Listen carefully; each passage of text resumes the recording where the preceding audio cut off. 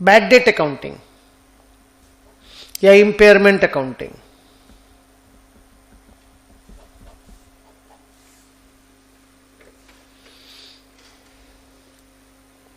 क्या है पढ़ाई का नाम? बैड डेट अकाउंटिंग या इंपेयरमेंट अकाउंटिंग। बहुत डिफिकल्ट नहीं है, ठीक है। ऐसे बैड डेट आप कितने दिन से तो कर रहे हो, 11 12 से तो बैड डेट का अकाउंटिंग कर रहे हो, डेटर का तो बैड डेट कर ही रहे हो। पर only debtor is not the financial asset, there are many मोर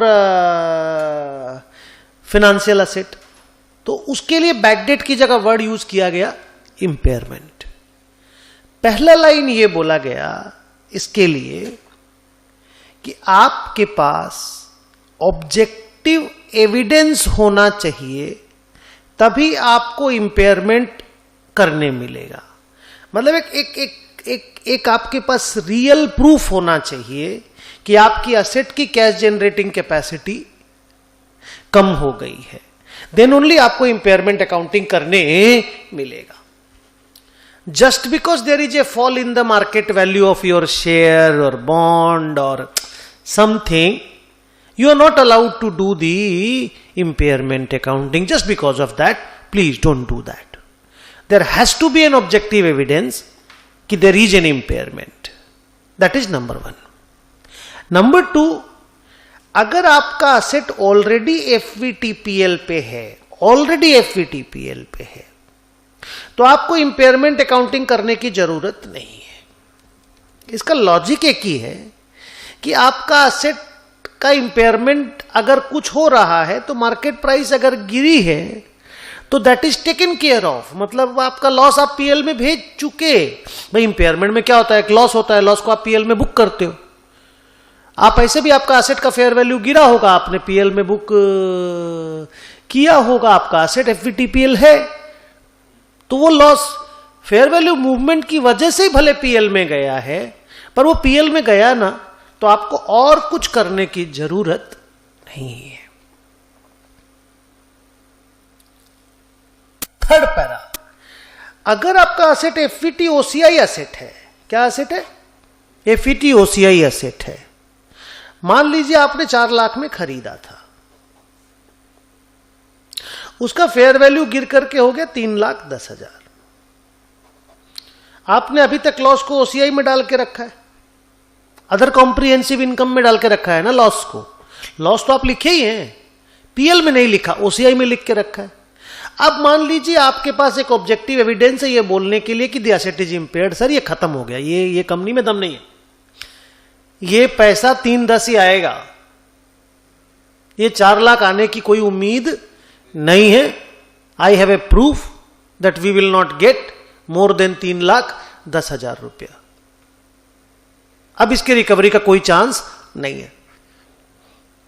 तो क्योंकि आपका मैनेजमेंट बोल रहा है there is an objective evidence that there is an impairment, even तो आपका असेट फेयर वैल्यू पे लिखा हुआ है, लेकिन आपका लॉस तो अभी भी ओसीआई में पड़ा हुआ है ना, तो द टाइम हैज अराइव्ड कि आप ओसीआई को पीएनएल में डाल दीजिए।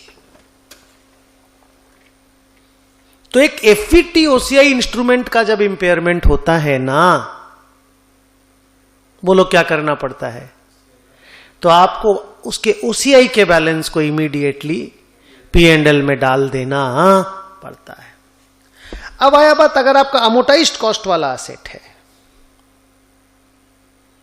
अमोटाइज्ड कॉस्ट वाला असेट है, तब तो आप अमोटाइज्ड कॉस्ट पे लिख रहे हो टेबल बना करके, और आपका साला फ्यूचर कैश फ्लो का कैपेसिटी गिर गया है।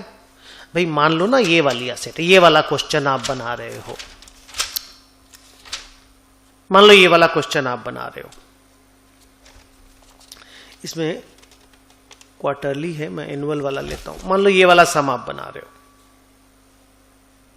हेलो, ये वाला सम आप बना रहे हो, 11.37% का इफेक्टिव इंटरेस्ट रेट है, ये आपको मिलने वाला है। मान लीजिए यहां तक आप ले चुके हो, आपके बैलेंस शीट में ये लिखा हुआ है, बहुत सुंदर समझाएंगे देखना। आपकी बैलेंस शीट में ये लिखा हुआ है 3rd ईयर की बिगिनिंग चल रही है। अब आपको ये लगता है कि इसके आधे आधे पैसे आएंगे, ये आपको लग रहा है ये 1000 में से 700 रुपया आएगा, इसमें से 500 आएगा और इस 11,000 में से 6,300 आएगा। थोड़ा गंदा दिख रहा है कि सब ठीक दिख रहा है ना? कैसा कैसा दो सर्कल ठीक से नहीं हुआ रे इधर उधर से हो गया, थोड़ा मिक्स हो गया।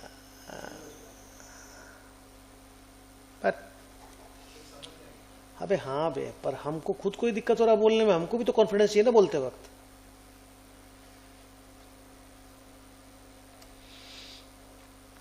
ये अब एंटिटी को लग रहा है कि भाई एकदम सब खत्म हो गया इस कंपनी में, अब जो पैसा आ जाए वो ठीक है,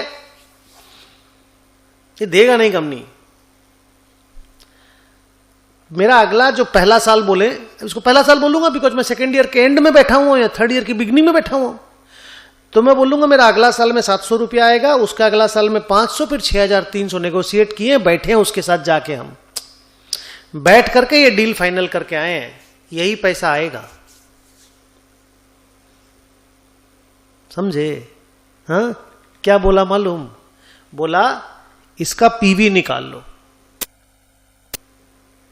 किसका किसका किसका? फ्यूचर कैश फ्लो का। इसको भूल जाओ, 1000 जो आने वाला था उसको भूल जाओ, इसका पीवी निकाल लो।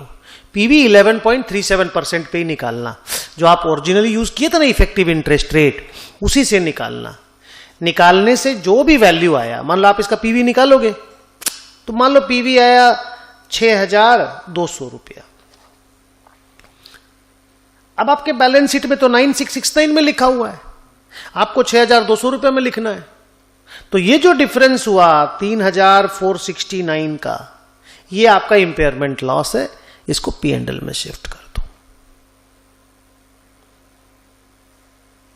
तो अमोर्टाइज्ड कॉस्ट के असेट में पहले आप असेट का कैरिंग अमाउंट देख लो बैलेंस शीट में, 2 फिर आप फ्यूचर कैश फ्लो को प्रोजेक्ट कर लो कि क्या आने वाला है, 3 फिर original effective interest rate use करके आप उसका पीवी निकाल लो, 4 फिर वो जो पीवी आएगा वो आपका नया अमोर्टाइज्ड कॉस्ट माना जाएगा, और फिर आप एक नया अमोर्टाइजेशन टेबल बना लेना और इन बिटवीन इन दोनों के डिफरेंस को P&L में ट्रांसफर कर देना। जल्दी बोलो, इजी है, टॉपिक टेकन केयर है, गुड।